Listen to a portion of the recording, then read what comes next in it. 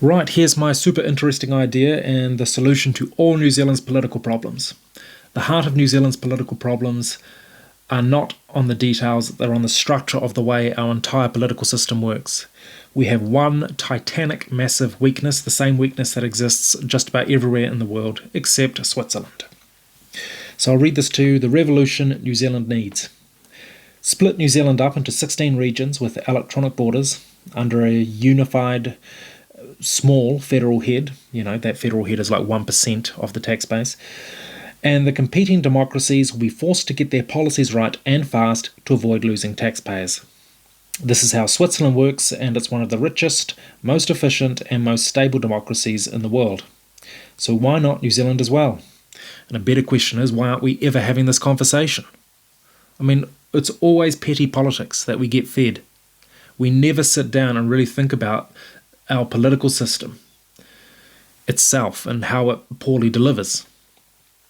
We went from first past the post to MMP, but that's pretty pathetic. That's not a serious change in our political system.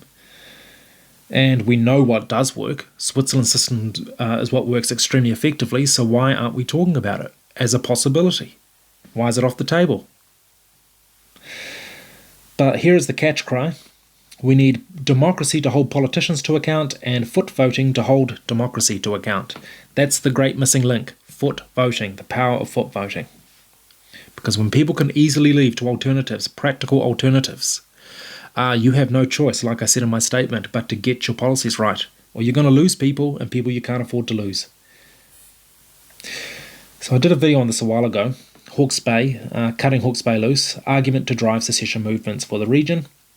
Because you don't need all of New Zealand to move in this direction, you just need one place. But here's the interesting thing. Okay, this is what it all comes down to. What say Hawke's Bay actually did it? What say Hawke's Bay cut itself loose and became its own little independent microstate? Still totally linked to New Zealand. Of course, you can, just like with Australia, you can, cross the borders easily with just electronic borders with nothing more than a finger scan and trade freely. But you have the power to control your own policy and also control your own borders, so you can let whoever you want into your little microstate, such as Hawke's Bay.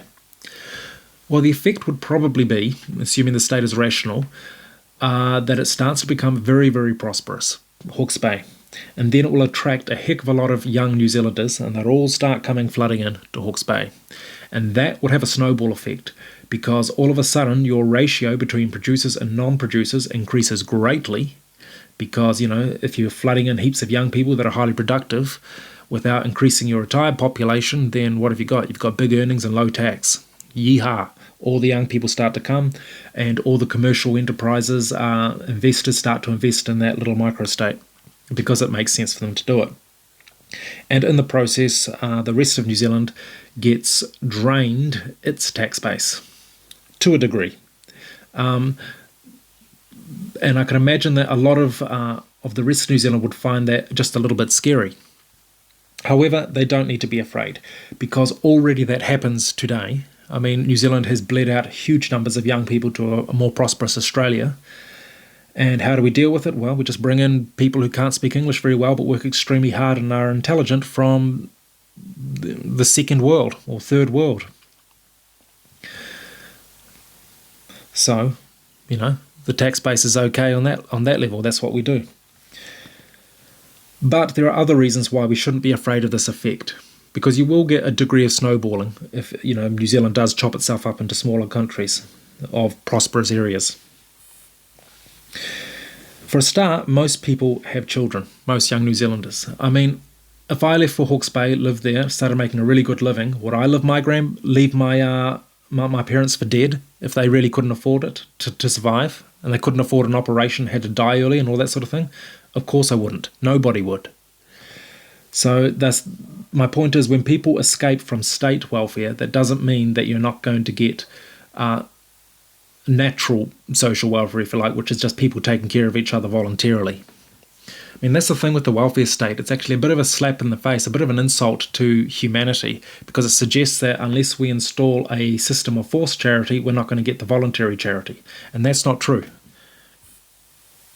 Prosperous societies do not leave people for dead. We know that. Basically, if you want really efficient social welfare, you should always keep it on the ground level, let people do it voluntarily, because then the money goes to people who truly need it and in the right way. State welfare, as we know, is grotesquely abused over and over again.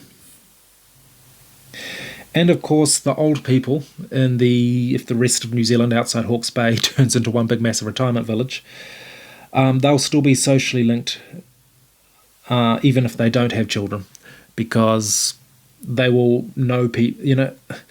It's an identification thing. Even if my parents aren't starving because I was supporting them, my parents would tell me about the people around them, of course, who are struggling greatly. And with the internet especially, you'd have excellent social networks established to ensure that the charity comes through. That's almost inevitable. So there's that reason as well. And of course, there's technology. With driverless car technology, it's actually going to become easier and easier to take care of old people, make sure their essential needs are met. And with internet technology as well, of course. I could go on about that. That's a huge, long topic. But that's just around the corner as well. So really, this is my point. There's nothing to be afraid of in breaking New Zealand up into smaller countries. If it does lead to the breakdown of social welfare as we know it, then that's a good thing. Ultimately, it will only increase the prosperity of your society and make sure that welfare is given to people who really need the welfare, compassionately. Again, rich, successful societies do not leave people to starve and bleed on the streets. It doesn't happen.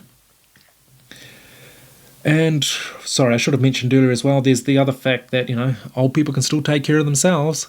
They're not, just because you're 70, it doesn't mean you can't do a little bit of part-time work. So there's that as well. But whichever way you go, it should be harmless and very effective for New Zealand to break itself up into smaller states. It will break down the welfare state and make it far easier for young people to have children and live prosperous lives, to carry on the species and get our fertility rates back up to replacement levels. So I think it's all up.